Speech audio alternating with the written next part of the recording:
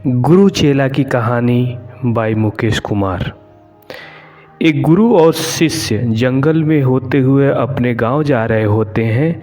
अंधेरा काफ़ी हो चुका था। शिष्य ने अपने गुरु से कहा कि गुरु जी, काफ़ी रात हो चुकी है, अगर आप कहें तो आज की रात यहीं आसपास के किसी गांव में गुजार ले। गुरु जी ने अपना सर हिलाया और वो आसपास के गांव में एक छोटे से घर से जा कर के रुके। अब जैसे ही वहां गए तो गुरुजी के शिष्य ने दरवाज़ा ठकठकाया। उस घर से एक गरीब आदमी बाहर आया तो गुरुजी ने बोला, हम अपने गांव जा रहे थे, लेकिन काफ़ी रात होने की वजह से हमने इसी गांव में रुकने को सोचा।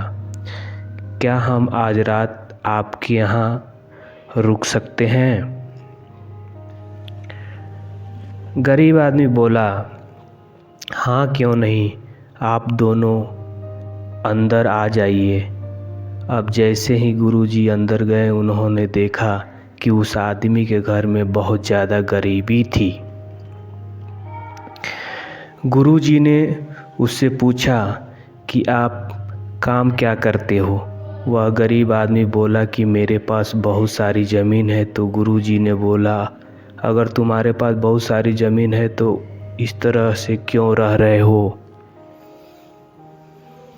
वह आदमी बोला, यह किसी काम की नहीं है। गांव वाले बोलते हैं कि ये बंजर ज़मीन है, यहाँ पर कुछ भी नहीं उगाई जा सकती और वहाँ फसल उगाना बहुत बड़ी बेवकूफ़ी है। गुरुजी ने बोला कि तुम्हारा गुजारा कैसे होता है? उसने बोला कि मेरे पास एक भैंस है जिससे मेरा पूरा घर चलता है। ये सुनने के बाद गुरुजी सो जाते हैं और रात में जब सब लोग सो रहे होते तब गुरुजी अपने शिष्य को उठाते हैं और उस गरीब आदमी की भैंस लेकर अपने गांव चले जाते हैं। शिष्य अपने गुरु से पूछता है कि गुरुजी, कहीं आप ये गलत तो नहीं कर रहे हैं? उस गरीब आदमी की रोजी रोटी इसी भैंस की वजह से चलती है। तो गुरुजी अपने शिष्य की तरफ देखते हुए और मुस्कुराते आगे बढ़ जाते हैं। उस बात को तकरीबन 10 साल गुजर जाती है और जो गुरु का शिष्य था वह बहुत बड़ा गुरु बन चुका था। तो एक दिन उन्हें उस गरीब आदमी की याद आती है कि मेरे गुरु ने उस आदमी के साथ अच्छा नहीं किया था। मुझे एक बार चलकर देखना चाहिए कि वह आदमी अब किस परिस्थिति में है। वह शिष्य उस गांव की तरफ जाता है और वहां जैसे ही पहुंचता है तो वह देखता है कि जहां पर उस गरीब आदमी का झोपड़ा था वहां पर एक बड़ा ही आलीशान महल बन चुका है और उस झोपड़ी के बाहर जो बंजर ज़मीन थी उस पर फल और फूलों के बगीचे थे। तभी उधर से उस घर का मालिक आता है। शिष्य उसे पहचान लेता है और उस आदमी को बोलता है, तुमने मुझे पहचाना? मैं अपने गुरुजी के साथ आया था। हमने एक रात के लिए आपके यहाँ रुके भी थे।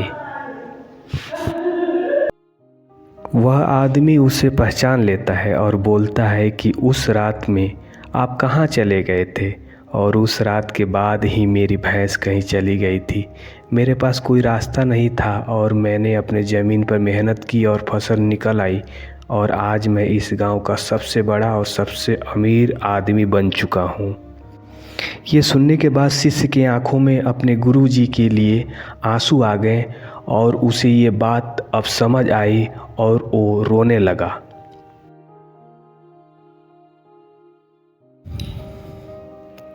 इस कहानी से हमें ये सीख मिलती है कि हमारे अंदर ऐसी बहुत सी टैलेंट छुपी हुई है, लेकिन हमें कोई ना कोई चीज़ रुका कर रखती है। वो आपके फैमिली वाले भी हो सकते हैं, आपको जॉब भी हो सकती है, कुछ और भी हो सकता है। देखिए, आपके पास भी तो भैंस की जैसी कोई दूसरी चीज़ तो नहीं है जिसने आपको आगे बढ़ने से रोक रखा है। अगर ये कहानी आप लोगों को अच्छा लगा हो तो लाइक कर चैनल को सब्सक्राइब करें और बेल का बटन दबा दें ताकि आपको मेरी आने वाली न्यू स्टोरी का अपडेट मिल सके। Thank you.